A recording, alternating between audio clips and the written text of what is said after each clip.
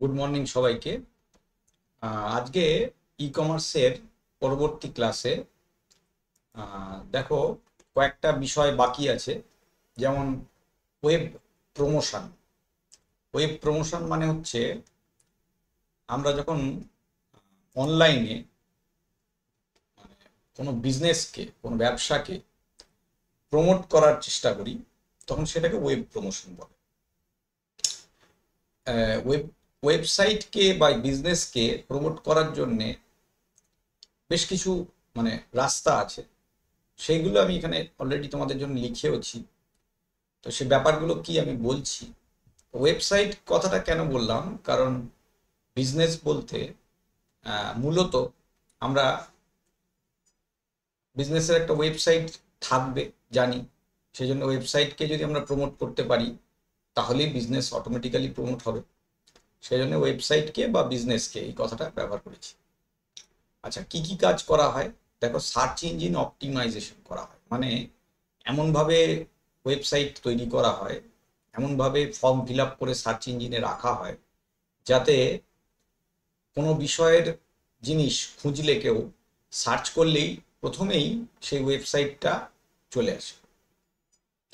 কিংবা ধরো content marketing করা হয়, মানে ধরো কিছু ভিডিও বানিয়ে তোমার কোম্পানিতে বা তোমার ব্যবসায় যেটা বিক্রি হয় সেটাকে মার্কেটিং করা হয়, সেটাকে তুলে ধরা হয়। ইমেল মার্কেটিং করা হয়, ইমেলের মাধ্যমে লোককে মেসেজ করে পাঠানো হয়, বিভিন্ন অ্যাড দেওয়া হয়। তারপর ধরো সোশ্যাল মিডিয়া মার্কেটিং হয়, তার মানে হচ্ছে সোশ্যাল মিডিয়ার মধ্যে বিভিন্ন অ্যাড সৃষ্টি করে আমরা বিভিন্ন বিজনেস আর কি সংস্থাগুলি প্রমোট করার চেষ্টা করে।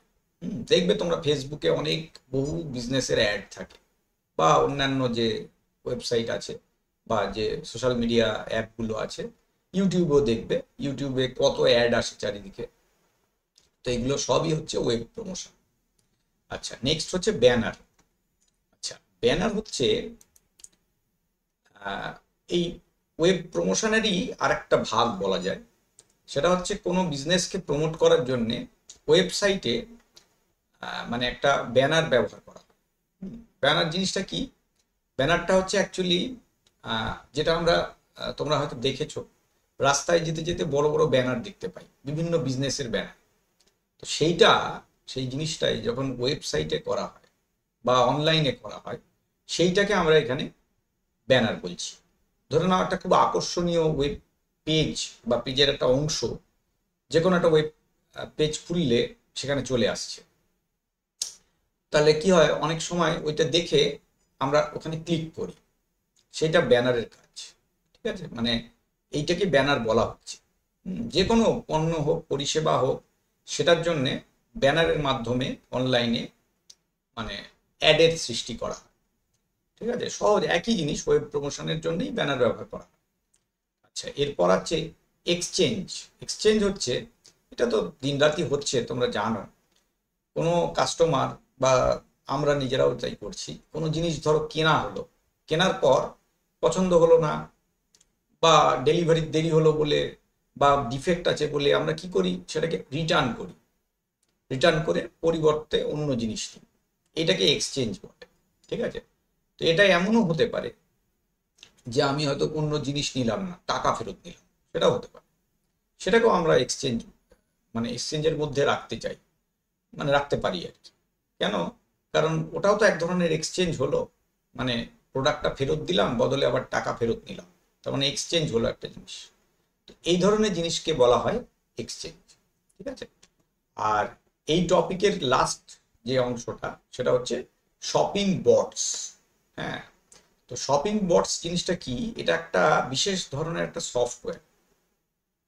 এটা কি করে, অনলাইনে বিভিন্নভাবে মানে শপিং করার ক্ষেত্রে বিভিন্ন রকম ভাবে হেল্প করে।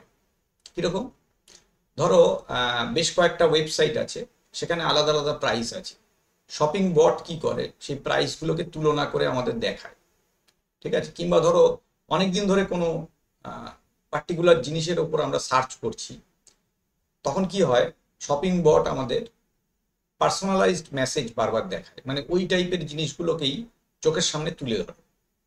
তারপর ধরো কিছু প্রোডাক্ট আছে যেটা পাওয়াই যাচ্ছে না, কিন্তু আমি খুঁজছি, সেটাও আমাকে শপিং বট আমার সামনে তুলে ধরবে, খুঁজে পেতে সাহায্য করবে। তারপর ধরো তোমরা ফ্ল্যাশ সেল বোধহয় শুনেছো। ফ্ল্যাশ সেল মানে ওই যেটা আহ, মানে হঠাৎ 12টা থেকে হবে বা 2টো থেকে হবে, এরকম ফ্ল্যাশ সেল হয়। কিছু কিছু প্রোডাক্ট আছে যেগুলো খুব তাড়াতাড়ি দ্রুত বিক্রি হয়ে যায়, যেমন মোবাইল ফোনের ক্ষেত্রে হয়। মানে কোম্পানি কি করে, কিছু প্রোডাক্টকে কম দামে অল্প সময়ের জন্য বিক্রি করে। তো এইটা ফ্ল্যাশ সেলের জিনিসটা, শপিং বট আমাদেরকে এই জিনিসগুলো তুলে ধরে সামনে, যে অমুক দিন অমুক সময় 1 ঘন্টার জন্য বা আধ ঘন্টার জন্য এই জিনিসটা পাওয়া যাবে। এই শপিং বট হচ্ছে এই মানে সফটওয়্যারের এই টাইপের কাজ, যেখানে কাস্টমারের সামনে এই ধরনের অফারগুলোকে তুলে ধরা। বুঝতে পারছো? হ্যাঁ, তো এটা আমাদের বিভিন্ন ক্ষেত্রে শপিং করতে বিভিন্নভাবে সাহায্য করে। ঠিক আছে? তো এই হচ্ছে আমাদের ই কমার্সের যেটা ইন্ট্রোডাকশন টু ই কমার্স, যেটা এই চ্যাপ্টারে আমাদের এইটুকুই ছিল। ঠিক আছে? এরপর যেটা আছে অনলাইন পেমেন্ট আছে, তারপর আছে মার্কেটিং, অনলাইন মার্কেটিং, তো ইন্টারনেট মার্কেটিং যেটাকে বলছি। তো সেটা আমরা পরবর্তী ক্লাসে শুরু করব। লাইক করবে, শেয়ার করবে, অবশ্যই কোনো কমেন্ট থাকলে আমাকে জানাবে, কোনো মন্তব্য যদি বলতে হয়, কোনো প্রশ্ন থাকলে। আজকে ক্লাসে এইটুকুই রাখছি। থ্যাংক ইউ সকলকে।